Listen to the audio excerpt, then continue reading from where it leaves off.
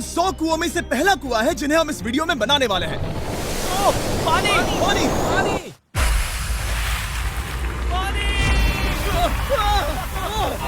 आपने अभी अभी केन्या के एक छोटे से गांव को पीने के पानी का अनलिमिटेड सप्लाई मिलते हुए देखा, वो भी सिर्फ 1 सेकंड में। अभी एक कुआं बना है और 99 बाकी हैं। आपको ये वीडियो बहुत पसंद आएगा। इन 100 कुओं को मिलाकर 5 लाख से ज्यादा लोगों को पीने का ताज़ा पानी मिलने वाला है। केन्या की इस साइट पर कुछ कुएं बनाने के बाद हम नाइरीरी स्कूल सिस्टम के साउथ में गए और कह सकते हैं कि उन्हें हमसे मिलकर बहुत खुशी हुई। क्या हाल है? मैंने ऐसा नहीं सोचा था।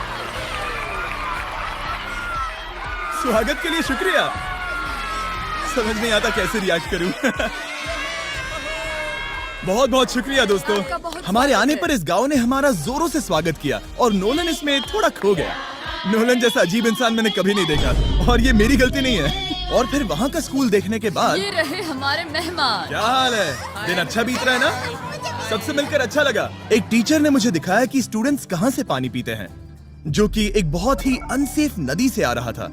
तो आपके स्टूडेंट्स यहीं से पानी पीते हैं? हाँ ये बुरी बात है। हाँ, स्टूडेंट्स हमेशा डायरिया जैसी बीमारी, टाइफाइड जैसी बीमारी की कंप्लेंट्स करते हैं क्योंकि वो ऐसा पानी पीते हैं। तो हाँ। हम कोशिश करते हैं, पर देख रहे हो ना, अब क्या कहा जाए। पर क्या करे, जिंदगी तो जीनी ही है और पानी तो सबको चाहिए होता है। जाहिर है कि इनकी हालत सच में बहुत खराब है। असुरक्षित पानी पीने से इन बच्चों की जिंदगी बहुत कम होती जा रही है, पर कम से कम इस गांव की मदद करने की हम पूरी कोशिश करने वाले हैं। क्या पता ये मुझे फिट आएगा या नहीं। मेरा सिर बड़ा है। देखते हैं पानी मिलता है या नहीं। ओ,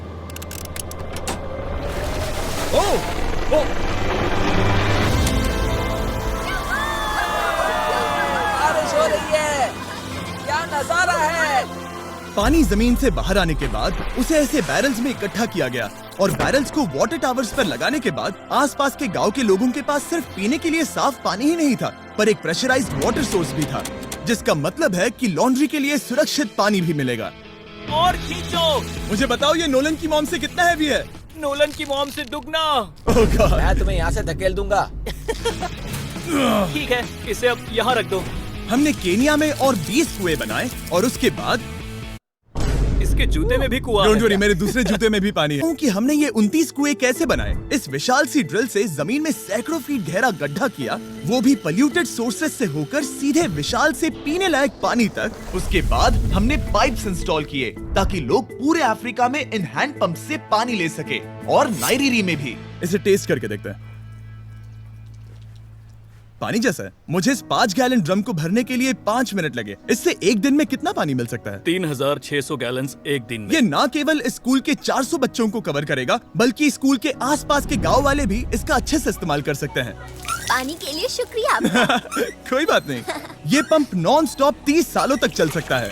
आपको लग रहा होगा कि इस तरह का बड़ा काम करने के लिए एक बड़े गवर्नमेंट की जरूरत पड़ेगी, पर ये सच नहीं है। ये प्रॉब्लम सुलझाना बिल्कुल मुमकिन है और ऐसी चीजें करने के लिए इंसानियत को आगे आना ही चाहिए। आपके कामयाबी का राज क्या है? सच कहूँ तो ऐसा कुछ खोजो जो तुम्हें करना पसंद है, उसे लंबे समय तक करो और तुम्हें कामयाबी जरूर मिलेगी। मैं इससे बहुत करीब लाने वाला हूँ, देख रहे हो? मजेदार है ना? जरा ऊपर देखो, वो रिकॉर्ड कर रहा है। ठीक है, मैं इसे करीब लाने वाला हूँ। ठीक है। हाँ, तुम खुद को देख सकते हो। हम इस गांव के लिए भी कुआं बना पाए, इस गांव के लिए भी और इन दूसरे 12 गांवों के लिए भी।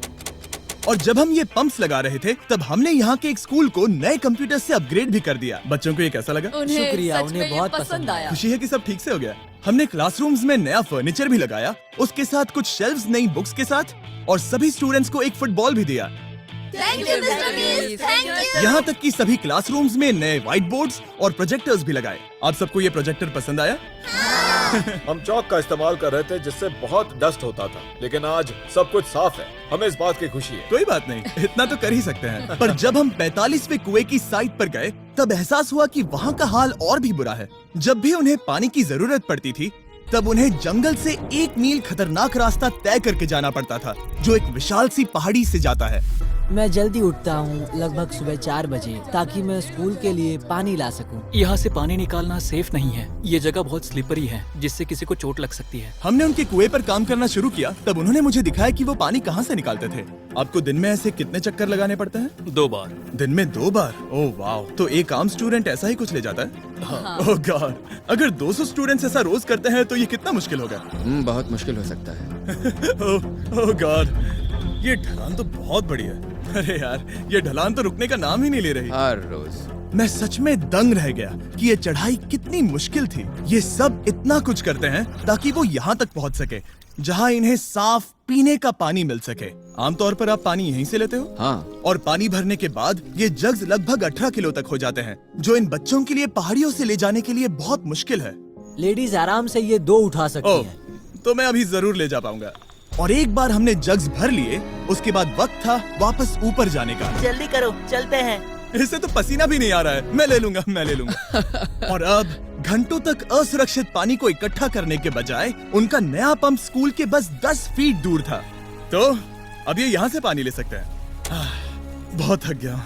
और फिर हम गए हमारे अगले गांव में, जहां हमने बनाया हमारा 46वां कुआं। पर हमें एक प्रॉब्लम से गुजरना पड़ा। हमने देखा कि ये गांव आधे से बटा हुआ है, वो भी इस खतरनाक सी नदी से। ये अभी इतनी खतरनाक नहीं लगेगी, पर जब बारिश का मौसम आता है, पानी ऊपर तक आकर इस पुल को पूरी तरह से निगल लेता है। और ये पुल इसलिए इतना जरूरी है क्योंकि वहाँ जो गांव है वहीं पर सभी हॉस्पिटल्स और स्कूल्स हैं, इसलिए यहाँ से रोज गुजरना पड़ता है। ये खतरनाक है, लेकिन इस पुल के अलावा इनके पास और कोई ऑप्शन नहीं है। जब ये नदी उफान पर होती है तो ये किसी को भी बहा ले जाती है, लोग, स्टूडेंट्स, यहाँ तक कि जानवर। हाल ही में इस नदी को क्रॉस करने की कोशिश में हमने 3 लोगों को खो दिया। इस तरह किसी की जान जाना पागलपन है और हम इसे स्वीकार नहीं कर सकते। और जिस पल हमने इस बारे में सुना, तब हमें मदद करनी ही पड़ी।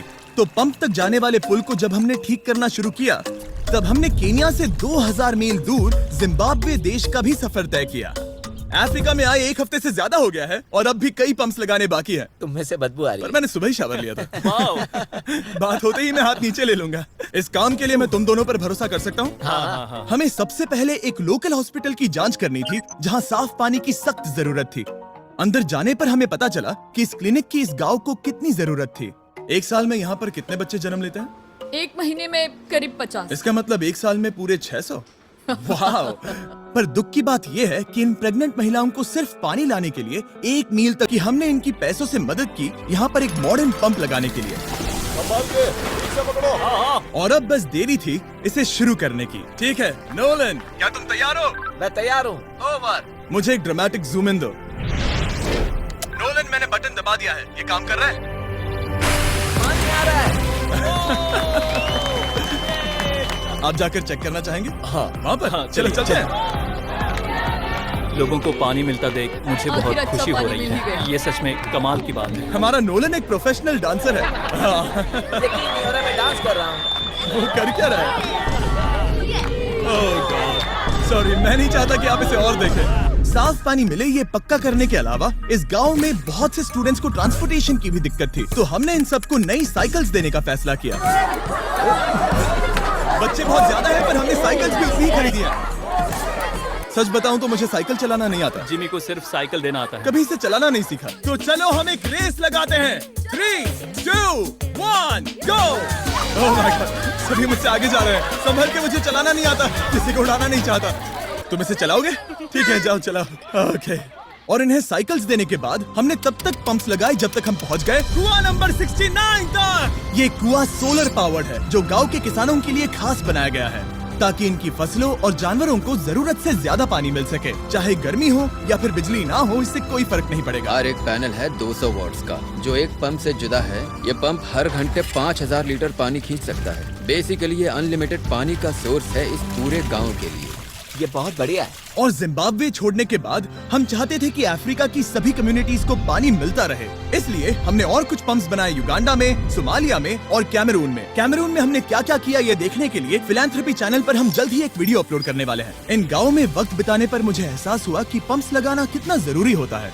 कैसे ये खेती को पानी देते हैं, भूखे का पेट भरते हैं, कैसे ये हॉस्पिटल्स को साफ सुथरा रखते हैं, और सबसे जरूरी कैसे ये आने वाले पीढ़ी के बच्चों के लिए लंबी और हेल्दी जिंदगी जीने में मदद करते हैं, और इससे कम्युनिटीज का भविष्य भी सेफ हम होता है। बहुत समय से इंतजार कर रहे हैं साफ पानी के लिए। Water is life. और कुछ लोकल लोगों की मदद से हमने आखिरकार ये पुल पूरा कर ही लिया, जिसे ये कम्युनिटी अगले 100 सालों तक इस्तेमाल कर सकती है। कई परिवार एक साथ आएंगे, परेशानियाँ चली जाएंगी। इस वीडियो में हमने जो 100 पंप्स लगाए हैं वो कई जिंदगियां बदल देंगी, पर ये काफी नहीं है। इसीलिए मैं चाहता हूं कि आप जाने से पहले beachphilanthropy.org/wells पर जाएं और मुमकिन हो तो पैसे डोनेट करें। मैं सच कह रहा हूं, हमें इस वीडियो से एक पैसे का भी फायदा नहीं हो रहा है। इस वीडियो से जितने भी पैसे आएंगे वो 100% इन पंप्स को बनाने में खर्च होंगे, वो भी पूरी दुनिया में। पता ही अजीब है कि एक यूट्यूबर को ये सब करना पड़ रहा है, पर किसी को तो करना ही होगा। अगर कोई नहीं करेगा तो हम ये करेंगे ही। आप देख सकते हैं इस काम से कई कम्युनिटीज की जिंदगियां बदल रही हैं। और फाइनली 100वां पंप। ओह माय गॉड, मुझे माफ करना।